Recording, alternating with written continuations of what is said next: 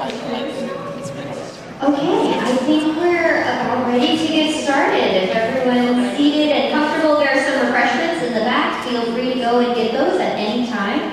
But hello, good evening, everybody. We're so happy that you are here tonight for this, what will be a fantastic panel and art event, Black and Brown in the IE and Beyond.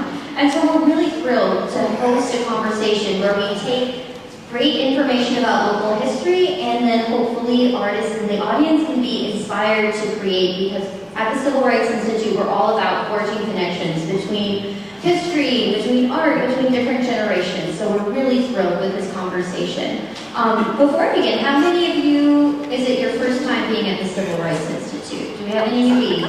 Oh, really? Yeah, yay! Well, welcome so much to the stage. We're happy to have you.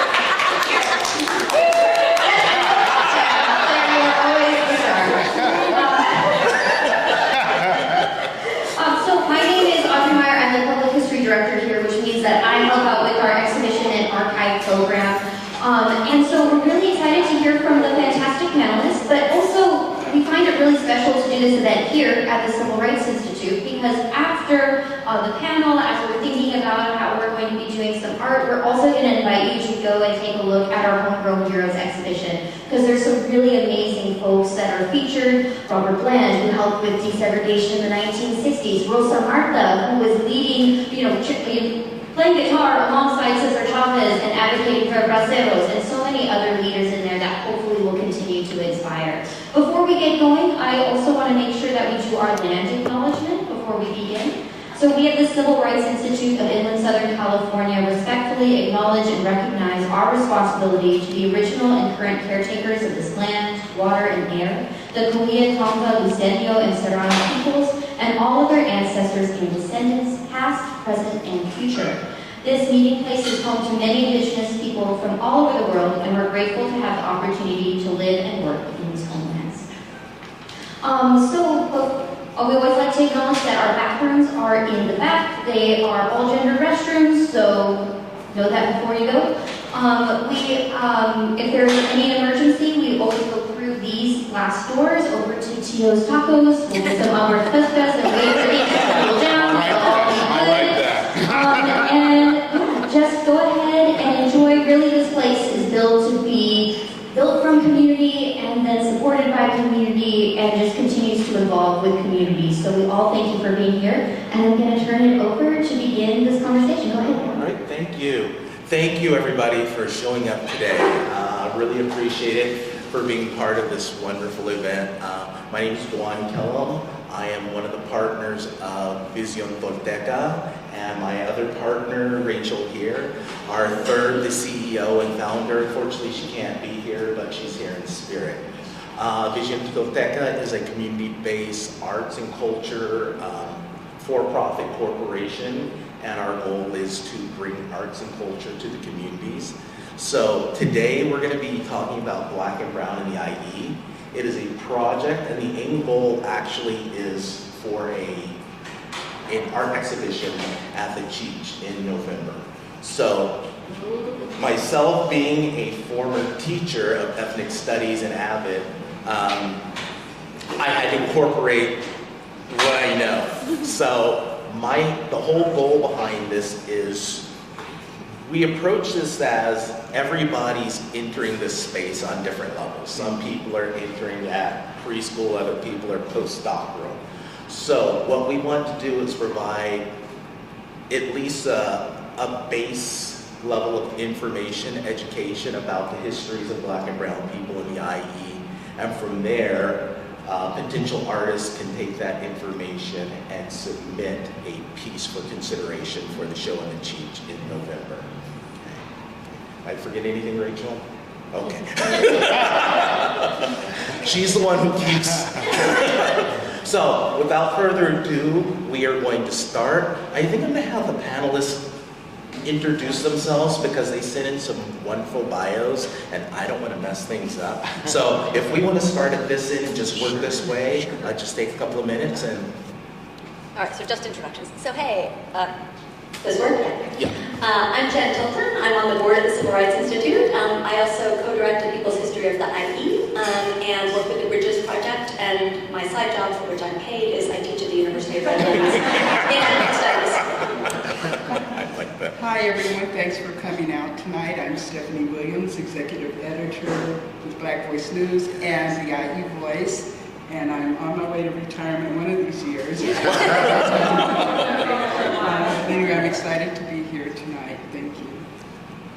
Hi, good evening everyone. My name is Dr. Antonio Mexico. I have the pleasure of serving as our Associate Dean for our Division of Social Work at California Baptist University. And I'm also an Associate Professor of Social Work as well, and Redlands alumni. So, yeah, University of Redlands. Okay. Thank you. So let me just give you a little bit of order of operations. We're going to start off with our guest speakers giving a little bit of background and a short presentation. I don't know about them, but I love a lot of interaction. And so if it's okay with you, if you have a question during any part of this, please raise your hand. We'd like to acknowledge. At the end, we will have a dedicated Q&A session. After that, we're going to take a break where you can see the Hometown Heroes exhibit. And when we come back, we're going to be doing a little art project related to this event. So, Antonio, would you like to start? Sure, that sounds great. Okay. Yeah. I'll be brief. I'll speak to the backgrounds. I'm so anxious to hear all of your backgrounds and expertise as well. So when there was an opportunity, an invitation to participate on the panel this evening, I was super excited. I saw this email come through, and I don't know about you all, but my wife and I, we live by our calendars, our Outlook calendars, right? If it's not on the calendar, it's not happening. And so when I received that email, the first thing I did was I went to my phone, looked at my calendar, and there was an event scheduled for tonight at this time. And so I called my wife and I was like, hey, there's this event on the calendar. She said, oh, don't worry, it got canceled. I was like, can I do this one instead, please? And the reason for that is because I'll break down really quickly just some personal background and professional background with this, but personally, you know, my heart really resonates with this topic. Those are a few pictures of my family and my origins back here. And so on your left there are my grandparents on my maternal side. That is Juan and Elena Gonzalez, and they immigrated from Chihuahua, Mexico in the 1950s and moved here to the United States. My grandfather later became a trained electrical engineer, and my grandmother became a nurse, worked at County USC for her entire career. But many of the topics that we'll be discussing tonight touched and influenced my family and their origin. When they first moved to California, they thought to themselves, we'd love to buy a house. It was part of the American dream. And it turned out that due to practices of redlining and racial codes that we'll discuss later, where they were legally allowed to buy was in Monterey Park, right in East LA. And so that's where they settled. That's where they purchased their first home. Same thing with my grandparents on my paternal side. You'll see that there's a Navy sailor there and his wife. And so that's Salvador and Pauline Mexico. And back in the day in World War II, the United States military decided to recruit from overseas because it was cheaper than to take soldiers in the US and then ship them elsewhere, but recruit soldiers overseas and then bring them back to the US. And so they recruited out of Cavite City, the Philippines. And so my grandfather came from Cavite City, and he was stationed in Pensacola, Florida, and met my grandmother at a military function. And she was a blend of Creole and Native American Seminole. And so part of that, you'll know from the history, the 1940s and some of the 50s, there was an era called the Great Migration, where a lot of families moved from the South over to the West Coast, kind of thinking, there won't be any segregation in California. And they moved out, tried to buy a home similar to my grandparents on one side, and it turned out they were zoned, and where they were permitted to purchase was in Compton. And so that's where they settled, was in Compton. And that brings us to the picture that I have today. This is me and my family now. Every September, before we send our daughter off for our first day of school, we take a picture together on the front porch. And so that was our picture from this past academic year. And the reason why, again, I'm so passionate is because my wife, her family immigrated from Mexico in the 1950s from Zacatecas. And so this notion of migration and redlining and racial codes and opportunities, the American dream, all of these discussions deeply rooted in who I am. Are we able to just go to the next slide really quickly? And this will be brief here, but and so my work over at CBU, and what I do and my passion around this, I decided to transition into higher ed after 18 years of working in child welfare, child abuse prevention, working with gang incarcerated youth, migrant families over in the eastern portion of the county, children of braceros that still live in campos and things like this.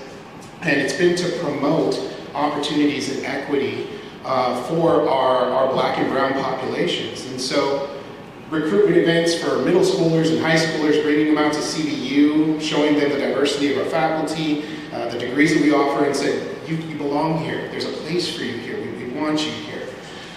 Some of my research took me to the neighborhood, the barrio of Casablanca. And so the research that I've been involved in has been phenomenal. There's a group of about 13 students here on the bottom who engaged in preserving and collecting the oral histories of some of our aging populations in Casablanca. And it was intergenerational work. So we had bachelor students connecting with community leaders and partners in Casablanca, as you know, the second oldest barrio in California, second to Alvera Street in Los Angeles. The original site of the campus, of the bracero movement, the original camp, is still there. It's just a blank field over on Evans Street in Casablanca.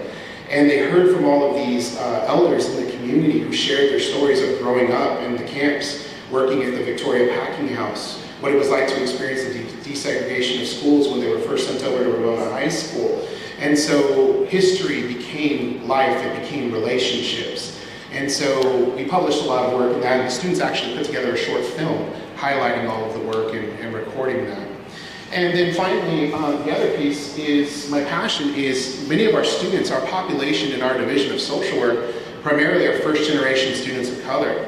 Over 77% of our students identify as Latino or African American, primarily female, first generation graduate students themselves. And so when I see the opportunity to prepare the next generation of social workers, of what we call world changers, it was something that I was very excited to be a part of.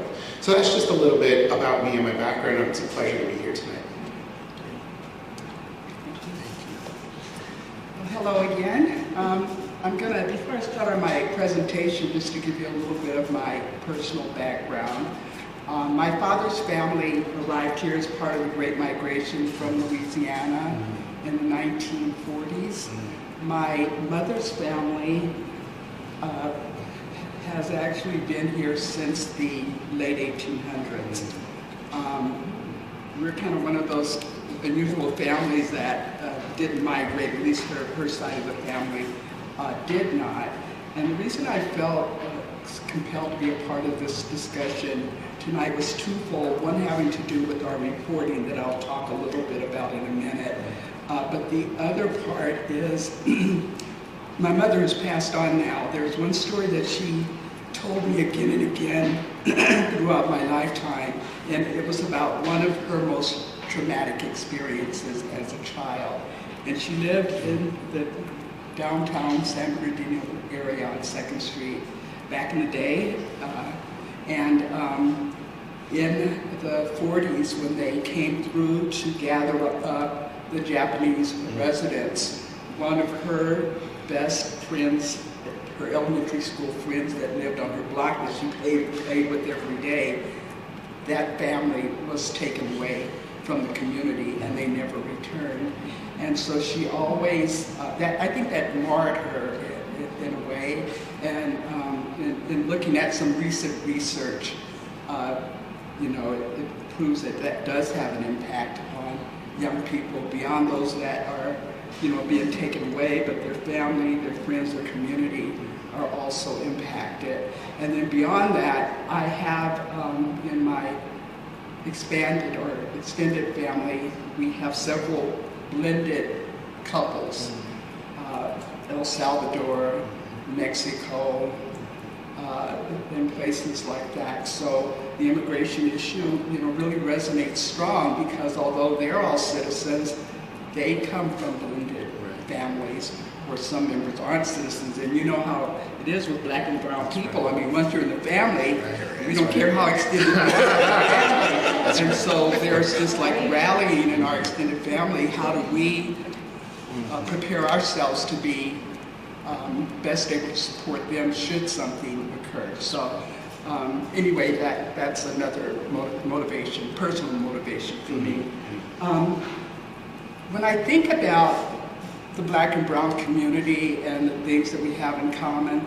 I hate to give my age, but as a member of the baby boomer generation, there are two iconic images that really are seared in my memory, and they're these two. The top image is from March 1965. That is the iconic march from Selma to Montgomery. It took 3 days. I think it was a 35-mile march. The image below is the iconic march from Delano in Kern County to Sacramento. In both instances, our people were marching to the seat of power to demand their birthrights as human beings to be treated with dignity and respect, and then from an economic standpoint, their rights as citizens of the United States of America to be treated with equity from an economic perspective in all aspects of life. So when I think about that, it's, we have a common struggle, it's historic. Next slide, please. So some of the things, and whenever we're reporting or I'm trying to decide what articles our teams are going to work on, no matter what issue I look at, whether it's immigration, homelessness or the unhoused, climate justice, health equity, criminal justice, home ownership, any aspects of economic opportunity and intergenerational wealth, the data, black and brown people are always on the bottom, no matter what measure you look at. And so again, it just reaffirms this common struggle that we have. Next slide, please. And I don't want to give the impression that, everything is doom and gloom, because we have made progress, and we know that we have, although it's been a long slog. We are doing better in terms of political representation, that we're gaining seats. Black and brown people are at the local, state, and federal level. I think one thing that we have to keep in mind sometimes is that everybody who looks like us is not necessarily representing us, so we really need to do our homework when we go to the polls and vote. We're doing better in terms of higher education attainment, and we know that that's an issue here in the Inland Empire. So to continue to move in the direction of gaining more college degrees, whether it's an AA or a bachelor's or a master's or a doctorate, that is not only good for us as people, but it's good for our community overall, because it gives us the ability then to attract different types of industries beyond warehousing. That's right. And then the last item I had on there was nonprofits. And we have nonprofits working in black and brown communities, trying to fill the gaps that the government has left open. And so I really celebrate that, because they're doing such great work, and it's work that's happening here at home.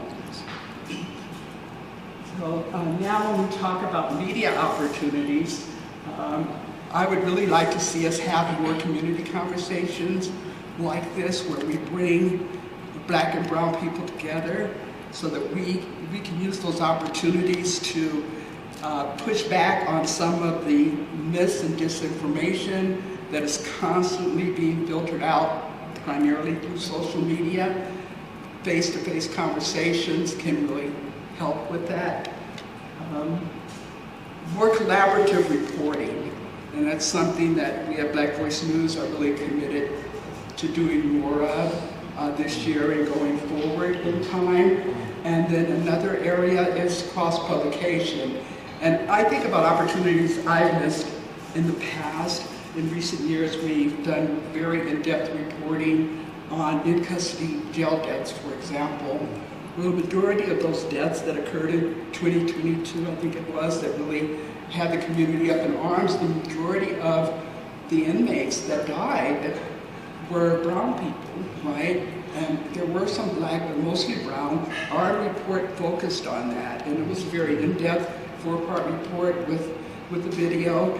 And what I wish in retrospect, had I reached out to a partner in the Spanish language community and asked, hey, we just did this work, what do you guys think about co-publishing? That's one example. Another example, we did some work around warehousing, and we did a very in-depth report, and at the time we took that project on, the hot issue here in the region was what was happening in Bloomington. And that is a primarily Hispanic community. It's a unique community because it's still ranchero lifestyle. And it was a classic example because we had homes that were torn down, we lost an elementary school, and you know, and all of those things. And that was another opportunity that I personally could have reached across to partners in the Spanish language papers and said, hey, would you guys like to publish this? And we've got a lot of translation tools now, so I can say, well, gee, I don't really have a reporter that speaks Spanish that can translate it, but I know that AI can. That's right. So, I would say that. So anyway, I think that's the last slide. I just want to say thank you for giving me a few moments to share with you, and I'm going to pass the mic. Awesome. Okay, so I am here to share a few stories and photos from the archive, really in the hope to inspire artists to create art out of them.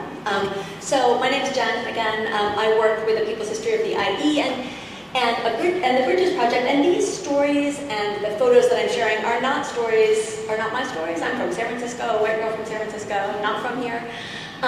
But these are stories that community history keepers and family history keepers have shared with both of these archives and really helped us lift up and explore. And I'm going to focus, you can go to the next slide, mostly on housing today. Both because we've mentioned patterns of redlining and historic segregation. And I want to think both about those patterns a little bit, but more importantly, how those patterns created opportunity for building community within the bounds of those segregated neighborhoods. So we don't have redlining maps for the IE. It does not mean that systemic housing segregation did not happen here. It's just we were really small, so the federal government didn't make those maps. But we've tried from a people's history to take historic census data and make maps that in color and theme mimic those redlining maps so we can see those historic patterns of segregation. So here you see where folks lived in 1960, and by 1960 we see pretty established all-white neighborhoods, here represented in green, Latino and African American neighborhoods represented in red and purple. And these patterns were not created accidentally, right? They were systematically built by local government policies, federal government policies, the actions of real estate agents, the KKK, active in the 20s, 30s, 40s. All these folks kind of played a role in creating these patterns. And they really held through the 60s and began to break down in the 70s. And I'm just going to share a couple of slides about two of the processes that created these before we turn. So here is a restrictive covenant from Riverside, from the wood streets not very far from here. And you see in this covenant really explicit language that shows us how all Anglo neighborhoods, all white Anglo neighborhoods were produced, where any person of color was not allowed to live there unless they worked for the white homeowner, right? And you see a real explicit effort to label who is not Caucasian, because in the early 20th century, that is a little bit contested, right? And it remains kind of contested. And so this is, part of the processes that produce those all-white neighborhoods. Of course, these are ruled unconstitutional, at least unenforceable by the Supreme Court in the late 1940s. That does not mean the practices go away, they become more informal.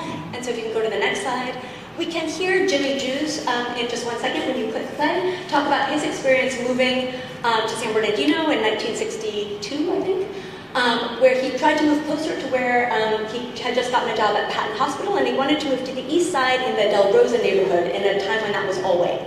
And so if you can just hear him for a second. Play. I was trying to get apartments over on the east side, Del Rosa area, that area. I walked up there and they had vacancies. Oh, I'm sorry, we just filled that vacancy. Okay. So my friend, I was about the third one, he said, across from me. He went up there. Oh yes, we got it, I'll show it to you. He said, come on, Jim. She saw me coming and she said, you know what, I just remembered. We just filled that. But after that, I said, just take me over. the west side of town. Right. So we see, these informal practices. His white friend was trying to open those doors, couldn't do it, right? If you go to the next slide. So we have all these systematic practices that really create the segregation. But what I want us to look at a little bit more is how, say, on the east side of Riverside, or on the west side of San Bernardino, that segregation is producing these Black and Latino neighborhoods, right? Where folks are living side by side. And in the Bridges archive, and particularly in the interviews with older African Americans, remembering that parents, especially kids who would grow up in the 30s or 40s, maybe your mom or grandma, right? They often grew up speaking Spanish, right? Because a lot of their neighbors spoke Spanish, right? And that was just kind of normal, right? They spoke Spanish because that's like the neighborhood language, right? It doesn't mean social networks were entirely integrated, but there was this kind of neighborhood intimacy that I want to share a few stories about today. Okay, if you go to the next slide. So these segregated spaces also created segregated schools largely, right? I mean, there was some other kinds of school segregation, Mexican schools, that existed in the IE too, but most of the segregated schools were created by the segregated housing patterns. And this, of course, led to systemic efforts that joined Black and Latino parents to kind of start to notice when resources were not equal across those schools, right? When the white schools had all the air conditioning and the new buildings and the new textbooks, and the Black and Latino schools didn't. And so you see, particularly starting in the continuous in the 50s and 60s, escalating in the mid-60s, a desegregation movement that also kind of, in both San Bernardino and Riverside, brings in some Latino and African American parents working together to demand equality. Do you shift to the next slide?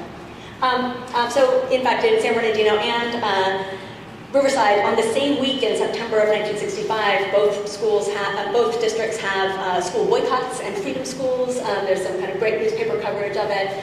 And I think you can click play, and we can hear the Here's the east side, black, brown, very poor. A lot of times there was food at home, so you could go eat at Mrs. Anderson's house. And so my dad grew up eating social.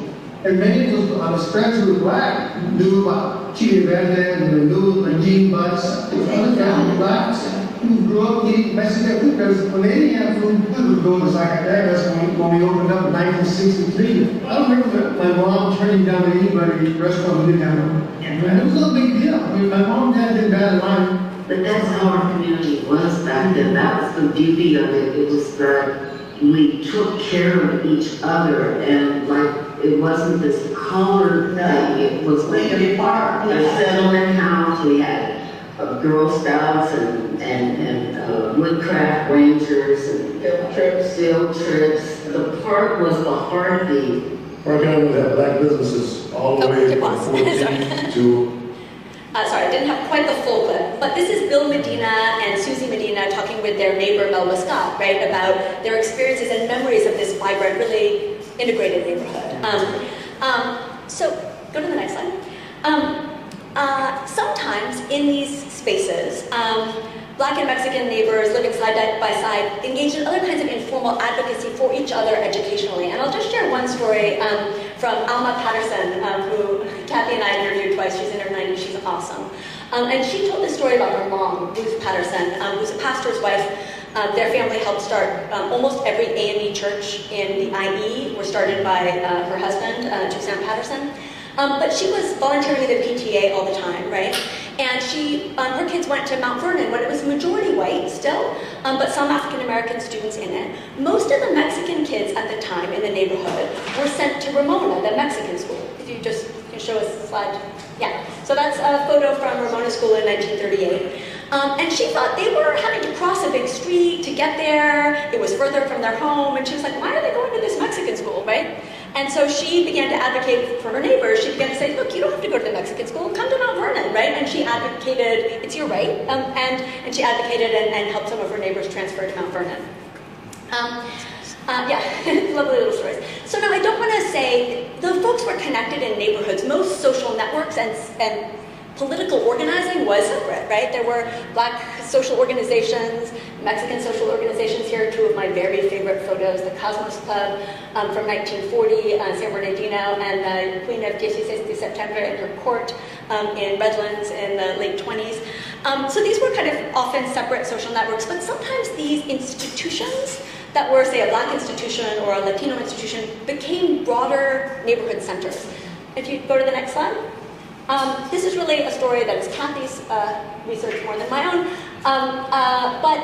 The Orange Valley Masonic Lodge right here in Riverside, which just got recognized for being a historic site, right, by the City Council, is one of these sites, right? We remember regularly that it's this Black center of business, of political life. It was founded in 1905. And the Masonic Lodge met there since then and still meets there today, right? It was every Black politician who ever came to town would come there, right? So we remember all of that, but I guess I also want to remind us that it also hosted Filipino dances in the 1930s, right, upstairs. It also was a place where when a bunch of citrus workers went on strike in 1934, they held strike meetings upstairs in that building, and when the police came in to arrest all the organizers, they did so there, right? And so it's this site of this really multiracial East Side community site, as well as being an important Black civic institution. If you kind of switch again, some of us are artists here, I hope, right? Another institution very much like that would be Nosotros Gallery on the East Side, which Lear Larkin opened in the 60s, and it was right next door to Zacatecas, which is why we have this great picture, because he became really close to the Medina family, and they were able to share this photo with us. But this became a community site where Black and Latino kids came for art classes, for community building, for mentoring to bring kids to college, right? And this became that kind of community site that brought Black and brown kids together in the neighborhood. Switch slides. Where are we going next? All right. So like I was saying, mostly I want to talk a little bit about explicit political organizing, right? Some of you may have heard about the Lopez versus Accombe case, which advocated and successfully desegregated the pool in San Bernardino in 1943. Pools throughout the IE were segregated, right, where Black and Latino folks were only allowed to swim the one day a week, legit, where the pools were supposedly, emptied and cleaned, right? Just because. So a pretty vibrant, through the churches and through the Mexican Chamber of Commerce, a group of folks organized to bring a lawsuit successfully to desegregate the pool. That was largely a Mexican organized effort, right? But interestingly, and they won by 1944, like that desegregation order comes down. But if you go to the next slide, really almost at exactly the same time that fall, Black community networks through churches on the west side too, in the same damn neighborhood, right? The same neighborhood, are organizing to pass the first civil rights law in San Bernardino. Also successfully win this passage of the law just in the same months that this other fight is happening in the courts, right? They appear, from the research that we've done so far, to be separate organizing efforts, but I think it's safe to say that they're building on each other, right? That like the city caves in one because it also doesn't want another lawsuit that they might lose, right? So we see that even though the movements may be separate, they are building on each other. And there are a few moments that we see explicitly individuals, turns out Lopez being one of them, who is a figure that kind of moves between these social movements in interesting ways. And so, one more slide. So, right, you guys know the O.J. Short case? Some of you, most of you? Okay, so in the history of how segregation is built in the IE, sometimes it involves violence, right? So this is the worst case of racial terrorism, violence, murder in the history of the IE, probably. So a Black family moves across the color line in Fontana and built a home in a white neighborhood, are threatened and eventually all murdered, bombed. And a huge social mobilization emerges out of this, right? All through the IE, but also in LA and beyond. Black folks organizing, white allies, unions, right? Lots of folks, communists. Because, communists were on the right side of history at that point in time. But out of this, you sort of see the emergence of a much more active set of demands, demanding fair housing and fair employment happening in San Bernardino. And in San Bernardino, the Council for Human Rights hosts this big conference a few months after this bombing and after this organizing, where Ignacio Lopez, right, of the Lopez case, a local Mexican-American publisher, The black civic leaders and white allies like Ruth Tuck and Carrie McWilliams, right, all come to San Bernardino to really make it the site of organizing for a demanding state action to create fair employment, fair housing. And so we see these networks kind of build and lead to kind of collective action in some kinds of real ways. Next slide. All right, so I'm going to share just two little more personal stories. As you were mentioning, love brings folks together across across lines, because that's what happens, right? We've had the pleasure of working with why can't I call her name? No, not Alma. No, I don't hear Vera Seville, thank you. Right, too many names. Okay, so Vera Seville has really shared a ton of photos with us about the history of the Valley Truck Farm community, South San Bernardino.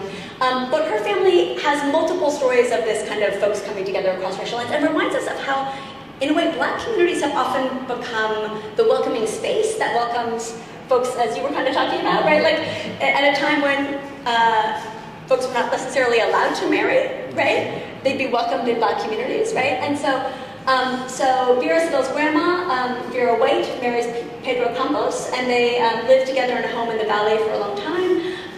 Right, actually, around the corner from two other Filipino African-American families who kind of forged community there in this kind of historic Black community. You switch sides. And her father grows up, becomes a musician during World War II, is playing in a band in Arizona in the Army, right, meets Victoria Armenta. They get married, they come back to the Valley and kind of build their family and home there. And interestingly, Vera still owns this property that her grandma had since 1933 in the Valley. So these are, just these multiracial families that kind of forge community and become part of this historic Black community in San Bernardino. I'll share just two more stories from Redlands because I've spent a lot of time documenting the history of this tiny multiracial neighborhood to the north side of the railroad tracks, around two historic Black churches in Redlands. Second Baptist is still a living Black church right there in the center. And so this is every person who lives there in 1940, and you can see it's a kind of Black, Latino, and white neighborhood. If you go to the next slide.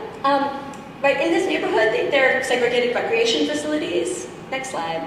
That's the Mexican pool. And a lot of Black kids go to the House of Neighborly Services, which is a predominantly Mexican space. And this photo I love because it's weird in all the ways. And it takes place at the Home of Neighborly Services. This is in the 1930s sometime. And Natalie Cullens preserved this photo. And I think it both shows this is a Black and Latino group of folks doing some kind of Mexican performance, which reads weird to us today, but was pretty common back then. But interestingly, I think it both shows us how folks come together and how those networks were separate, because every Black person in here is named, and no Latino people are named in just her handwritten documents, right? So the social networks were still sort of separate, even though folks were together. If you go to the next story, I just want to share this story because Ruth Avila was a charming woman who we did an interview with, and she grew up in that same neighborhood on 11th Street. Her parents died when she was really young, and even though she was entitled to Social Security and support from the state, they didn't give them anything, right? And so her older siblings were trying to raise the younger ones, and it was a real struggle. But she remembers all these stories of how her Black neighbors helped out, right? So her next door neighbor, the Bullards, do you know that name, right? The Bullards used to invite them over to fish fries, right? And if you go to the next slide, the neighborhood store owner was Robert Burton. He owned a store nearby. His kids went to school with Avila's older sisters, and he would make sure that they had store credit whenever they needed it. And he would send groceries home with them, even though it embarrassed her older sisters who wanted to be cute with the boys, right? But he would just send groceries home without them having to pay for them because he knew, right? And he took care of them. And he also was a realtor who sold homes to Black and Latino families in North Redlands. Almost every Black family, including Juan Kellam's mom, bought homes for Robert Burton. And just this one other story, when I interviewed, I chased down his grandkids, hoping they had photos, which they didn't. But when I chased down his grandkids, they had this memory of going to their grandfather's funeral. And they were little, they were like 5 or 6 years old. And they went to his funeral and they said they saw all these Mexican ladies and men dressed in white following the casket on the street. And they did not know, they were like, was my grandpa famous? Like what? Like they had no way of making sense of it. But when I think about that, I think like that is like a symbol of those intimate relationships and how they showed up at his funeral, right? And they didn't understand that, but that I think is a good place to end. Sure. Yeah. Yeah, right? All right, thank you. Yeah. Wow. Let's give it up. We've ripped a lot on housing. We're talking about housing and employment, but I just want to touch one thing. You talked about restrictive covenants. You've talked about housing discrimination. You've talked about redlining. But now in many of those neighborhoods, we're seeing that G word, gentrification. Would anybody like to speak to that? How this has changed, where at one point black and brown people could live any place. They had their specific neighborhoods, and now those specific neighborhoods are changing the demographics of them. Put that right there, anybody? I'll take a slight swag at it. I think a lot of it has to do with the economic viability of our community and everything that has been lost in the Great Recessions that we've experienced in recent decades, because there was a gross loss of property, home ownership, and then with the ever-increasing property values, limited incomes, who can afford to buy, And so I think that accounts for a lot of it, at least in my estimation. Yeah, I think from my perspective, what I've seen and experienced, as many of you are familiar with, the gentrification is that process, right, of where traditionally low-income neighborhoods where individuals of color predominantly are centered, right, as the property values begin to drop and individuals are still struggling to make their means. You'll have individuals coming in businesses that purchase those and then start to what appears to be a first sort of breathe life into a community. And some people say, well, I think this is a good thing. We're starting to see new businesses, new restaurants surfacing, and new hotels going up, and like all of these other things. The problem is what it does is it displaces those lower income families and families of color, and they can no longer afford to live in the areas that they had for generations occupied. If you look at that, you'll see little examples, not only throughout the Inland Empire, but in Los Angeles. San Francisco is a huge area as well. And so even, nowadays I still have my in-laws that live in South LA, down by USC.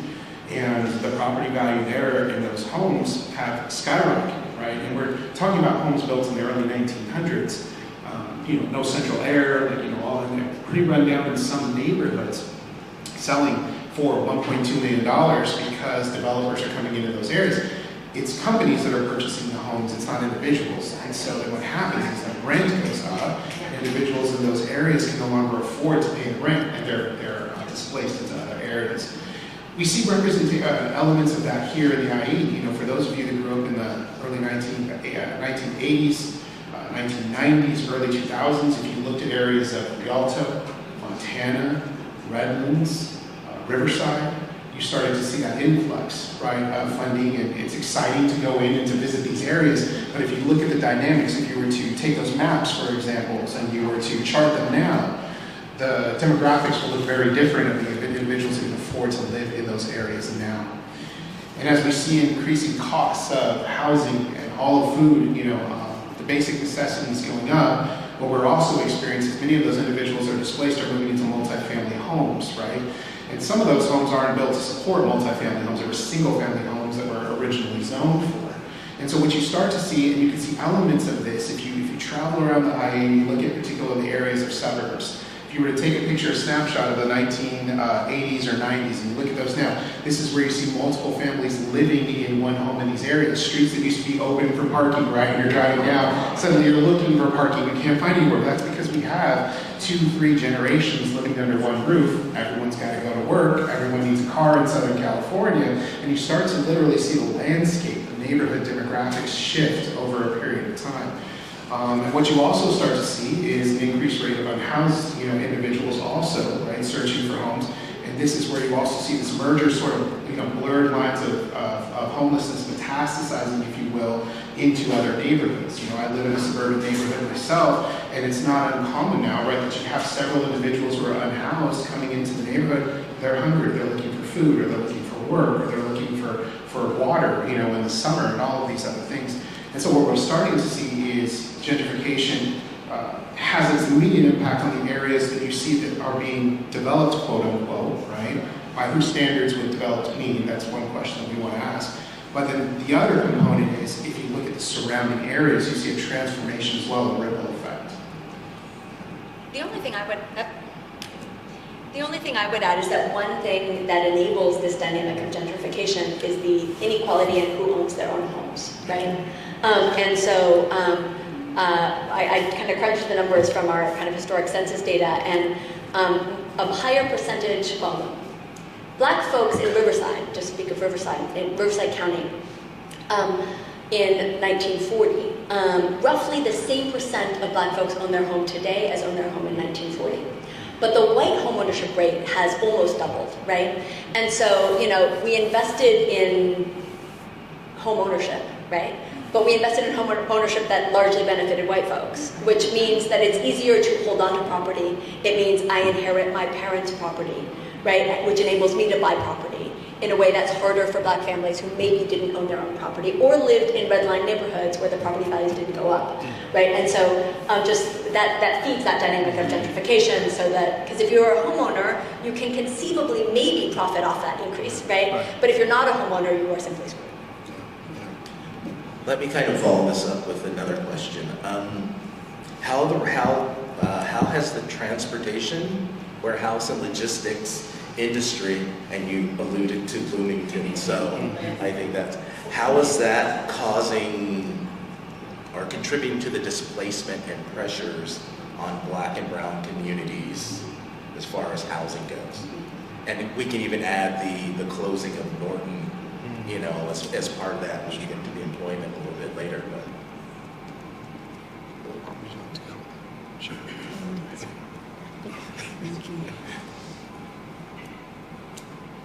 One of the major things that we observed regarding in the community of Bloomington, that was pretty stunning to me, was the fact that there were so many homes that were taken out. It was over 200, something like that.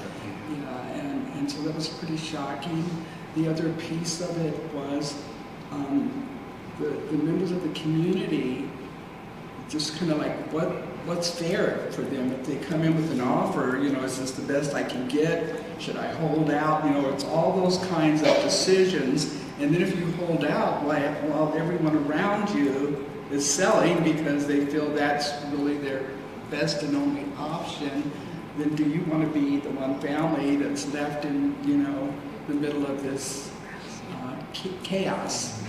Another issue was, should I sell or should I stay here knowing that we are already struggling with poor quality, and the probability is that there's going to be additional degradation, and I've got children, I'm older, I've got a heart condition. I mean, what's the right decision for me? Another struggle is one of the families that we interviewed was really interesting, because we have the father who owned a small trucking business, and so they were thinking, oh great, warehousing is coming to the community, that's going to be more business for my small business. But what small business owners, these small trucking companies were finding is that they weren't getting the contracts. They were going to the big trucking companies. And so now here you're in the middle of this mess. Do I sell? How am I going to make it? Because, I'm not getting the business. And then the son, on the other side of this, has gone to school. He majored in environmental justice, so he's a community activist. So now you kind of have this, right? But they're all in the same household. So these are kinds of struggles that people are dealing with, and most ended up selling because they felt they had no option. Because it's like, I'm not just looking at my little town of Bloomington, but I'm looking next door at Rialto, I'm looking over here at Fontana, and every place I look, there's warehouses. So even if I hold on to the property, what happens to my value in the coming years? So. I would just add that, so A People's History of the IE got to work with artists last year on the Live from the Frontline project, which you can find by Googling that. And one thing we could see is this long history of this same thing happening over and over again in different Black and Latino communities, right? So the Valley Truck Farm community, where Vera Savell still owns her home, has seen a kind of 60-year process of being turned from a Black rural community into a warehouse jungle, which is what Pastor Harper calls it. The church is still there. It's a 95-year-old Black Baptist church. So seeing that and putting that up against Bloomington, it's like you're seeing what happens next. You're seeing like the earlier phase and also the later phase of development. And I guess I would just say that there's one story that we got to hear as we were sort of working with some of the environmental justice activists to do a toxic tour and think about how do we tell these stories in different kinds of ways, which is of a nearby story, a neighborhood from Bloomington called El Ravino. It's technically in Riverside County, I guess, but basically in Bloomington, where neighbors were seeing the same thing happen. They were getting letters from, offers saying, hey, we'll offer you $25 a square foot for your house. We want to develop a warehouse here. But they were connected already to some environmental activists with CCAJ, and they knew what had already happened in Bloomington. And so the environmental justice group brought some Bloomington folks over to talk to them and to kind of educate them about what had happened and how they had been pitted against each other in some ways, right? And they came together as a neighborhood and decided, we're not going to sell individually. We're not going to get in the same position, right? That what we're going to do is we're going to decide we won't sell collectively unless you give us $125 an acre, right? Like that's what our land is actually worth. And then the developer backed off, right? But they've sort of got this pact, right? Because they've learned those lessons from the histories of folks who came before and are coming together to, There's one resource if you're interested in it, because we're having a really good discussion about redlining and all these practices and how they impacted, back in the day, but how we still see the repercussions of those policies now. Richard Rothstein wrote a book, The Color of Law. If you have a chance to check that out, amazing book, right? It just kind of further engages the conversation we're having now. Another factor to consider with the warehouse discussion is, many of you know that if you came from family backgrounds similar to ours, the goal is to, in order to move up the social mobility ladder, is to accumulate wealth, right? Wealth, and wealth not being money in the bank necessarily, but assets. And generational wealth to be able to hand down, right, from my grandparents to my parents to me to my child, right, is essential in order to kind of dig ourselves out of a hole that we've been impacted by from these institutional policies. So when someone comes in and says, we want to purchase your home, we're going to purchase it also on pennies on the dollar, what it does is it disrupts that cycle of social mobility.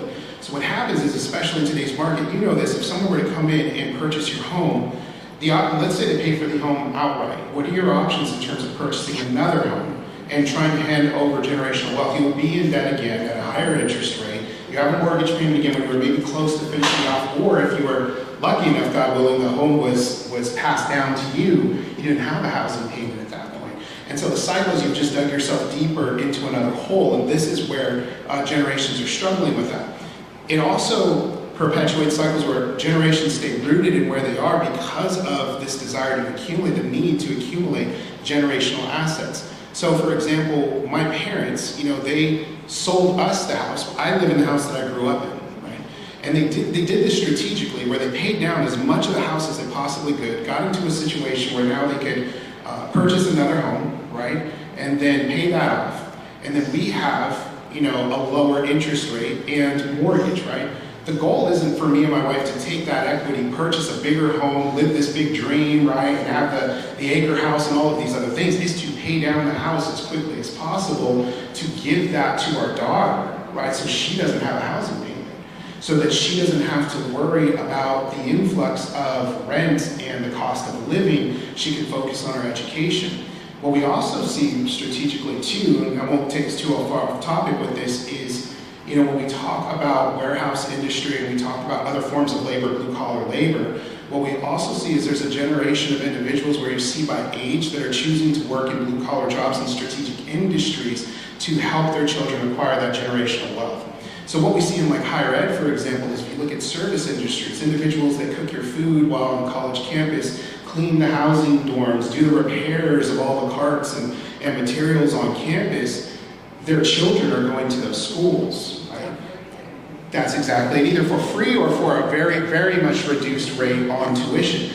And so they're saying, if I can't afford to pass down the home, what I can do is encourage my children to go back, seek higher education, but at a discounted rate or no student loan debt.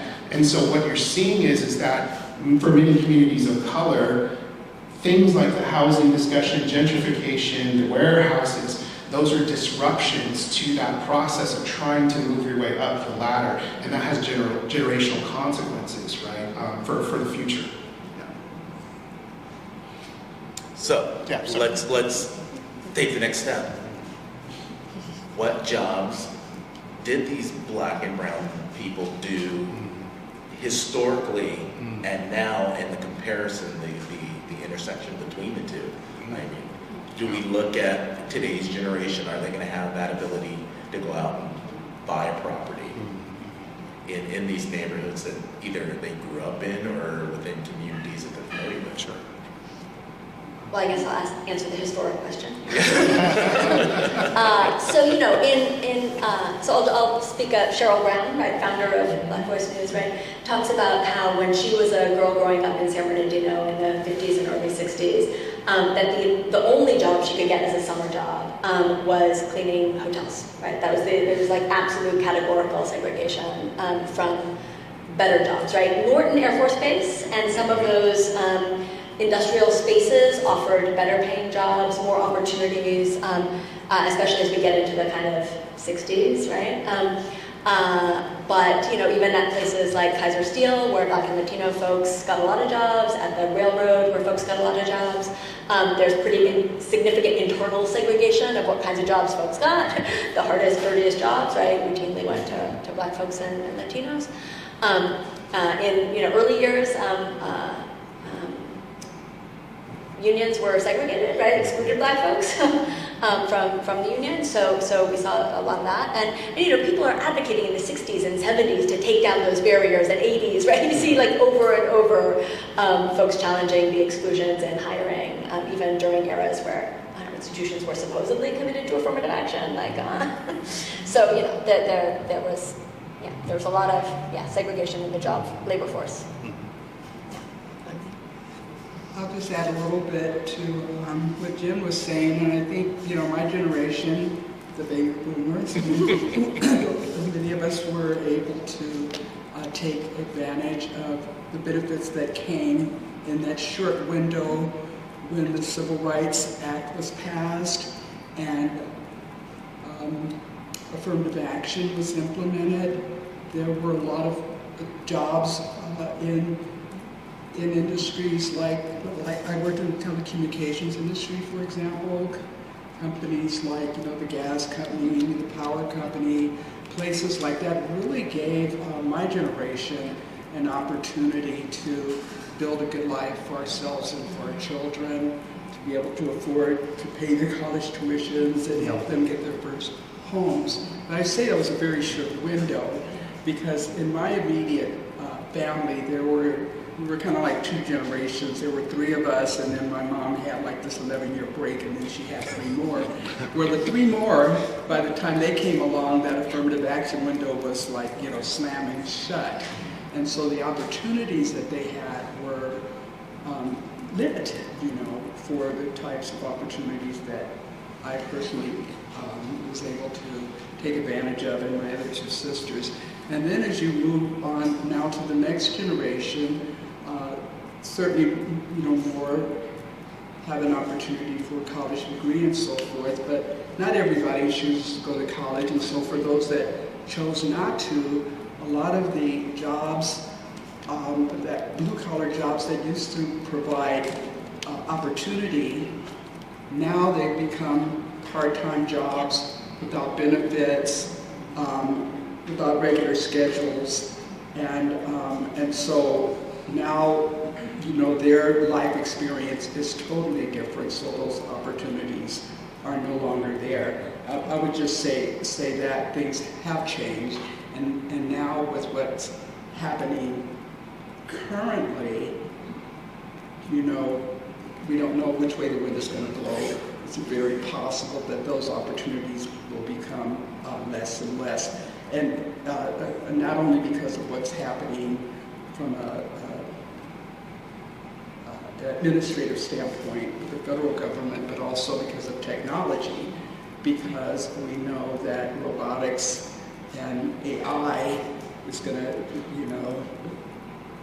to replace a lot of people, more people. I agree with all of that. I will say, in the landscape of higher ed, we're actually witnessing something really exciting, but also, I believe, challenging for higher ed in general. Higher ed's got to make some pivoting shifts if it's going to remain, one, relevant. As you know, much of the population is questioning, what's the validity? What's the point in going to school anymore? I leave with a piece of paper, 100 grand in debt, and I can't find work, right? This is the main concern. And there's also a perception that within higher education that, your folks that are giving you the instruction are out of touch with the current needs of what's happening right in the world. Those are really good questions. And so what we have frequently, what we've experienced the shift in, students are coming more and more to higher ed institutions, and they're not saying traditionally like, I want to have the college experience, that's why I'm going to college, right? They're actually saying, I'm looking for a degree that has an immediate return on investment into a career. I need the piece of paper that will lead to a career, not a job, J-O-B, just over broke, right? They're saying, I want a career. And the career needs to be viable and have the opportunity for me to advance, okay, and to move up. Entry level to whatever that looks like for them, regional program directors, executive directors, CEOs, things like this. And so what I have seen is there are certain career paths that are still in high demand. Nursing is one of those, healthcare industry. We also see social work, particularly in Southern California, because of all the dynamics that we've been discussing today, in high demand. What will be, I think, essential for higher ed institutions to consider is how are we meeting the needs of those students. So we see an increase in students of color coming within a 55-mile radius of campuses and saying, I'm looking for these careers. But they're saying if it costs too much, if the sticker price is too high, I won't go to that institution. That's wise, right? They're trying not to inherit debt. So in order to be responsive and relevant, higher ed institutions need to seek scholarship programs and financial assistance to provide students, right, to be able to accumulate their degrees, be able to move on, be successful in their careers. And there is right now, though, it is in debate, and some of this funding is in jeopardy being cut at the moment, but there are scholarships at the state and pass down funds through the federal level to support students in pursuing their careers in like social work, nursing, psychology, things like this. The key, the critical component though, is that can they leave with a degree with as little student debt as possible, right? Because they're competing in a different market even from when I left. And so my generation, when I finished my undergraduate degree, was the cohort that left more educated than their parents, meaning attaining higher degrees, but more in debt than the previous generation. So we had the piece of paper, but then going out and trying to achieve the American dream in terms of the house and the car and all of those things was very difficult, and it's even more difficult for our college students now. So that is sort of, in my opinion, in higher ed, first being relevant, the first thing the students are asking is, I was accepted, great, let me see the financial aid package. That's a great question to ask, so just a couple of thoughts on it. Right, thank you. Do we have any questions from the audience, please? Yes? Yeah, you can just stand up and ask her from there. So my name is Danila Natalie Hernandez, and Yeah, I'm really interested in all of this just because I'm in the film industry. You know, the film industry is like kind of crumbled right now. But in general, like my passion is to help other creatives, especially here in the Inland Empire.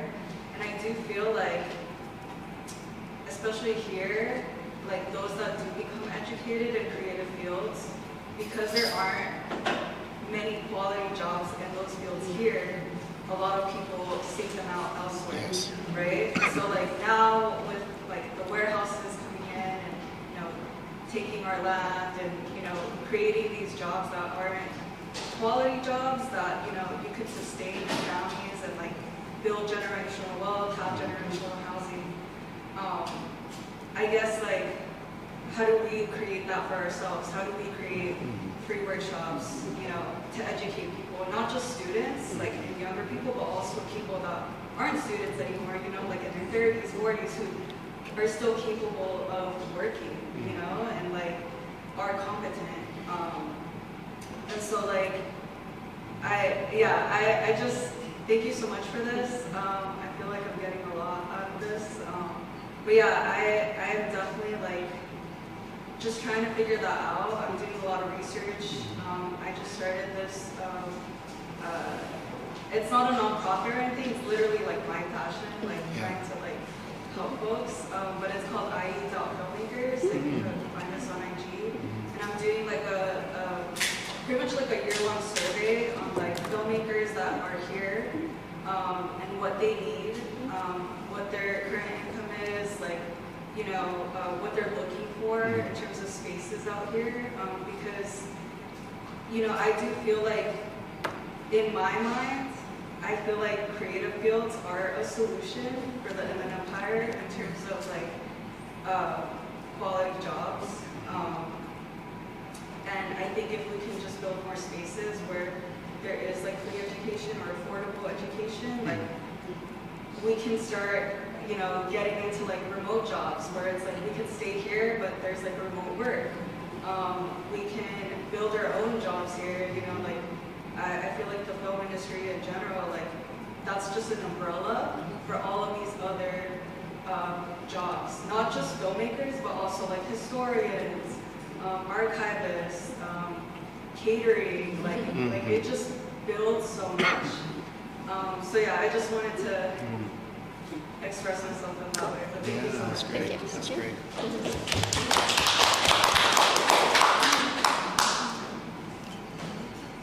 And I'd love to talk to you afterwards because I'm in a creative field. So we're struggling trying to figure that out as we speak. Yeah. Any other? Yes. So as we have solid historical data that, you know, disenfranchising individuals only hurts the general system, right? And we are currently in a space that seems to be working really hard to legalize the disenfranchisement of individuals, right? So 2 + 2 is just going to equal 6 somehow in some people's minds, it feels like. What is your approach to resisting the reverting to history that we know its outcome for the sake of fighting for the communities that you're at?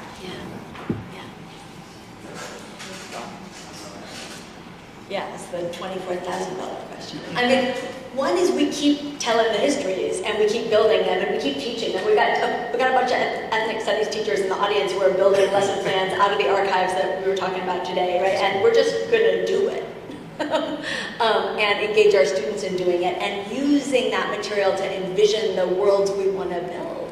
And also, like for me, like some of the stories I shared today, like they give me strength, right? Like folks have lived through crap before and have built really beautiful communities that struggled for justice. And we just gotta do it again. So I don't know. That's not an answer, but. That's a good answer.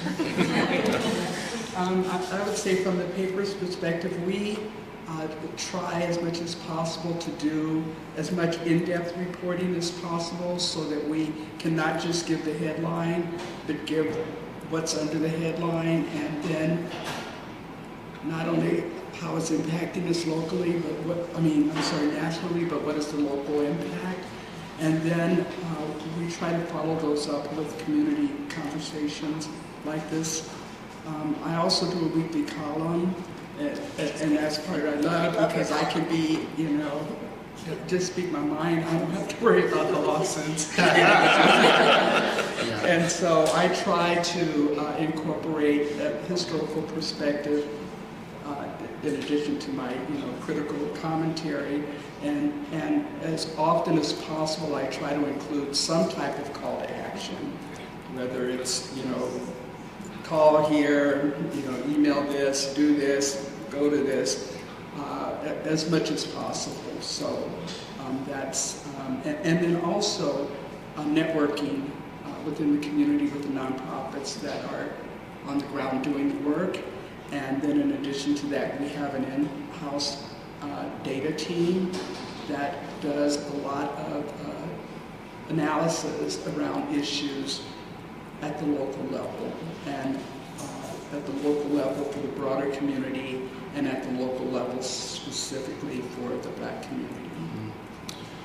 I agree with all that. I'll put my social work hat on. So in social work, what we're doing is, that question is asked probably 1 million times of me in class. And also, what I often hear from students is, it feels so overwhelming, right? Like, we talk about a big issue like this, we leave and our heads is just spinning, and we're like, where can I possibly ever do anything that will make a difference? Dr. Martin Luther King Jr. had said, the question is not whether you're a radical, but what you're a radical for. And that point where everyone is radical about something, right? But you have to do your internal revenue to understand to yourself, an assessment of yourself to say, what am I most passionate about? Mother Teresa said, you have to find your own Calcutta, right? And so you can't, not everyone is fit and gifted to go out and maybe work with the unhoused, but they have a passion for working with migrant populations, or maybe it's the incarcerated, right? Or whatever the case is. You pick a lane, right? And you dedicate yourself to that lane and you use the gifts that you've been given. So if that's creative outlets through filmmaking or art or whatever the case is, it speaks a loud voice. It's an image that captures people and engages them in conversation. This is what I'm excited about, is we engage in discussion and then people express, right, what is feeling, what is on their hearts, where they hope to be changed. That's art, right, in that process. If you've been given this gift of teaching, then do teaching, right? If you've been given this gift of research, do research, press, speak, give the voice. The critical component that I tell our students we teach in a social work piece is to engage in activism. Activism is a broad term. Activism can mean different things to different people. It's kind of become a dirty word as of lately, where someone says, oh, you're an activist, and they're like, oh, they make an assumption of where you are. But in a social work context, activism, just really briefly, it's a spectrum. It's 3 things. If you look at a pool, right, just a swimming pool, and the swimming pool has steps that you lead in and goes to the deep end, right? Activism really has 3 levels in a social work context. One is allyship. Allyship is when you're standing like on the stairs. Allyship is safe. You're in the water, your toes are in there, you're in the pool, right? But there's no risk. You're not gonna drown in the shallow end, okay? And so activism is like saying like, oh, I like that, right? Nice post, right? I'm down for that group or that cause. Then there's the piece of being an advocate. An advocate, you step into the middle of the pool. There's a little bit of risk, okay, involved. It's not dramatic risk, no major danger there, right? But you're stepping in and you're saying, I'm willing to advocate for others, and I'm willing to inherit a little risk. And then what you've got is a compass. That's the deep end of the pool. That's your Dr. King, that's your Gandhi, that's your Nelson Mandela, your Desmond Tutu, your Mother Teresa, your Dietrich Bonhoeffer. These are activists, right, that said, I'm gonna put it all on the line, right, and invest in a cause, go at it all the way, and I'll deal with the consequences because the cause is greater than myself. And that's what King is saying. Everyone is willing to step into the deep end on something, but you have to assess where you are in that, where your gifts have been given, and then you go for that. So that would be my recommendation. All right, thank you. Our guests, would you like to just a minute or so closing statement or something before we kind of transition? I know we could be here all day, but people have to go. I'll just really quickly, just thank you all. I just want to say thank you all. This has been something where, students it's a command audience, right? They're there, they need to be there, right? And they're amazing, they engage in discussion.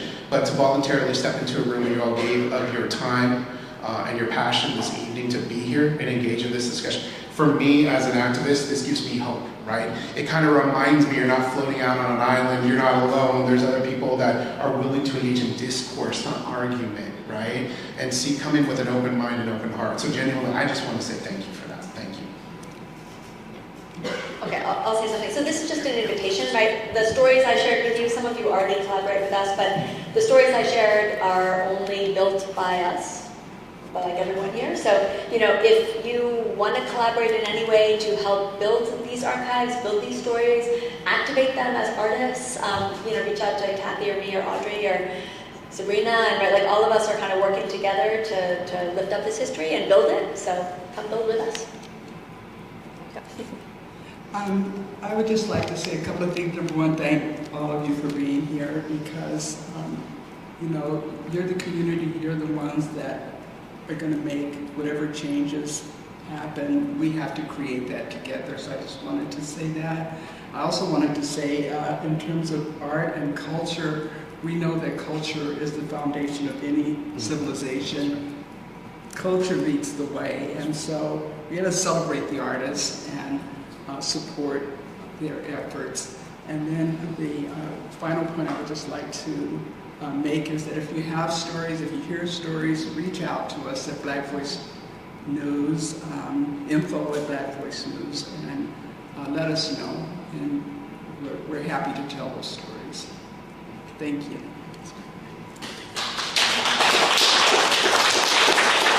Yeah, let's give it up for our panel. So what we're going to do, we're going to take about, let's go 5-10 minutes of break. There's refreshments in the back. There's the exhibit, Hometown Heroes, that's going to be available to you. And we will be doing another one of these at Casa Pitzer on the 28th, and the topic will be movement migration. And so hopefully you can make it out there. So when we come back, hopefully everybody stays. We can continue this conversation as we do the art project. So once we come back, I'll give you some instructions, put it on top, and we'll continue. So thank you very much.